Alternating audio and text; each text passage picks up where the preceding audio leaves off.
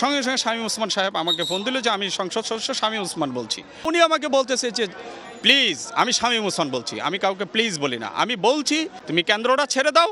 আমি বলছি আমি পারবো না। কুত্তার বাচ্চা, শোরের বাচ্চা, বাস্টার্ড, তুই কি পারবি কর, তোরা আমি দেখে নিই। যেই সৎ, নিষ্ঠাবান ও ন্যায়পরায়ণ পুলিশ অফিসার বশিরউদ্দিনকে একসময় এই শামীম ওসমান ক্ষমতার দাপটে অকাট্য ভাষায় গালিগালাজ করেছিল, আজ সেই পুলিশ সদস্য বশিরউদ্দিন ঠিকই আছে।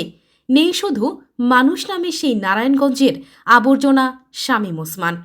মনে আছে সেই 2014 সালের 26 জুনের ঘটনা?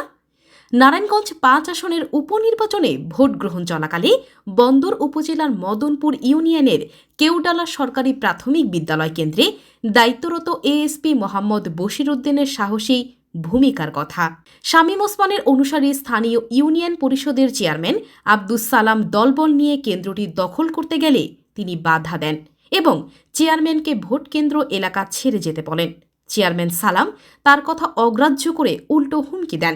ওখানকার সালাম চেয়ারম্যান, মদনপুর ইউনিয়নের চেয়ারম্যান, উনি এসে বলছেন যে পুলিশের কেউ এখান থেকে মাথা নিয়ে যেতে পারবে না, পুলিশের কেউ মাথা নিয়ে যেতে পারবে না, আনসার পুলিশ, আইন শৃঙ্খলা বাহিনীর কেউ বেঁচে থাকবে না, একটাও এখান থেকে যেতে পারবে না আমাকে যদি এখানে কাজ করতে না দেওয়া। পরবর্তীতে শামীম ওসমান নিজে ফোন করে এএসপি বশিরউদ্দিনকে কেন্দ্র ছেড়ে যেতে বলেন এবং চেয়ারম্যান সালামকে কেন্দ্র দখল করতে দিতে বলেন।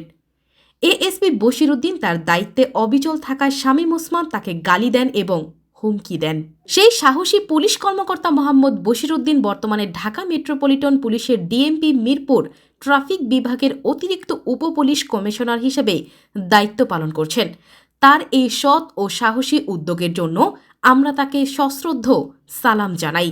এখনও পুলিশ বিভাগে এমন সৎ ও সাহসী কর্মকর্তা আছেন বলেই দেশটি টিকে আছে। প্রিয় দর্শকবৃন্দ, আমরা আগের সাফল্যগুলোকে সামনে রেখে এগিয়ে যেতে চাই, যাতে সেই ইতিবাচক পদক্ষেপগুলো বর্তমান সরকারের নজরে আসে।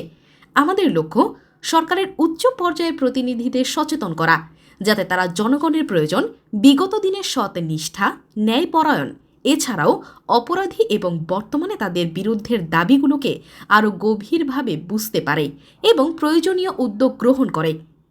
আপনাদের অব্যাহত সমর্থনের জন্য আমি আন্তরিক ধন্যবাদ জানাই। আশা করি এই ভিডিওগুলো আপনাদের মধ্যে কোনো বিভ্রান্তি সৃষ্টি করবে না।